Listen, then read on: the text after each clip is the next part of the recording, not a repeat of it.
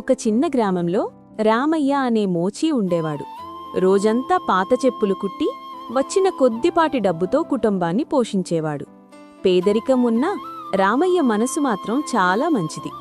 ఎవరు కష్టం చెప్పినా దేవుడు చూస్తాడు అని ధైర్యం చెప్పేవాడు. ఒకరోజు గ్రామానికి ఒక అపరిచితుడు వచ్చాడు. చెప్పులు కుట్టించుకుని డబ్బు ఇవ్వబోతే రామయ్య ఆ వ్యక్తి ముఖంలో బాధ చూసి, "ఈరోజు డబ్బు అవసరం లేదు సార్, మీ సమస్య తీరాలి" అన్నాడు. ఆ రాత్రి రామయ్యకు ఒక కల వచ్చింది. ఆ కలలో ఒక వృద్ధుడు కనిపించి, "నీ మంచి మనసుకి దేవుడు సంతోషించాడు. రేపు నీ దుకాణం దగ్గర దొరికేదాన్ని జాగ్రత్తగా చూసుకో" అని చెప్పాడు. మరుసటి రోజు ఉదయం రామయ్య దుకాణం ముందు ఒక చిన్న సంచి కనిపించింది. అది తెరిచి చూస్తే అందులో బంగారు నాణేలు. అతడు ఆశ్చర్యపోయినా లోభపడలేదు. ఆ డబ్బును జాగ్రత్తగా ఉపయోగించి చిన్న దుకాణాన్ని పెద్ద వర్క్షాప్గా మార్చుకున్నాడు.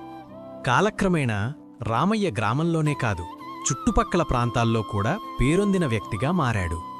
కాని అతని మనస్సు మాత్రం మారలేదు. ఇప్పటికీ పేదలకు ఉచితంగా చెప్పుల కుట్టి ఇస్తూ సహాయం చేస్తూనే ఉండేవాడు.